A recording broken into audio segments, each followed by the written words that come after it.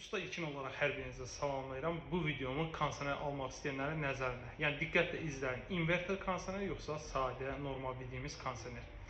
Mağazada kondisioner alarkən bizə sual verir. Inverter kondisioner də var, sadə kondisioner də var. Hansını istəyirsiniz? Ən çox bizdə yayılan sadə kondisionerlər. Inverter kondisionerlərdən bir çox bəzi mənfi fikirlər var ki, tez sıradan çıxacaq, ehtiyat hissələri bahadır. Yəni ona görə məsləhət görmürük. Məsələn, sadə kondisioner daha çox məsləhət görürük.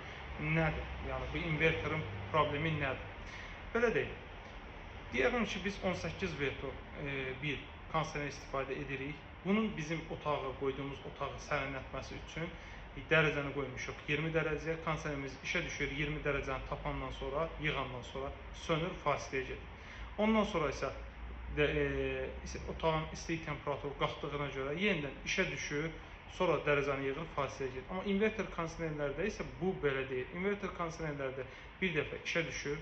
İşə düşdükdən sonra istənilən temperaturu yığdıqdan sonra, misal deyirək ki, 18 veto kapasitə ilə işləyirdisə, bunu 3-4 kapasitəyə yendirir. Yəni motor fasiləyə getmir. Motor sadəcə gücünü azaldır, modulyasiya eləyir və həmin sərinliyin az bir qismında verir və otaqdakı olan temperaturu eyni səviyyədə saxlayır.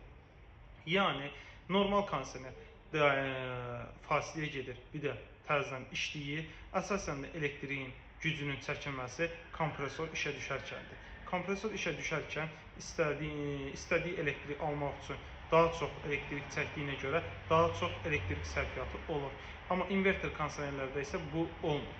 Inverter kondisionerləri necə istifadə etmək olar, hara istifadə etmək olar? Əgər siz qısa müddətli kondisioner istifadə edəcəksinizsə, inverter kondisioner məsləhət deyil, 1-2 saat istifadə edəcəksiniz. Amma uzun müddətli kondisioner istifadə edəcəksinizsə, inverter kondisionerləri məsləhətdir və çox yaxşıdır. Həm 30%, 50% elektrikdə siz sərfiyyatında qabağa düşərsiniz.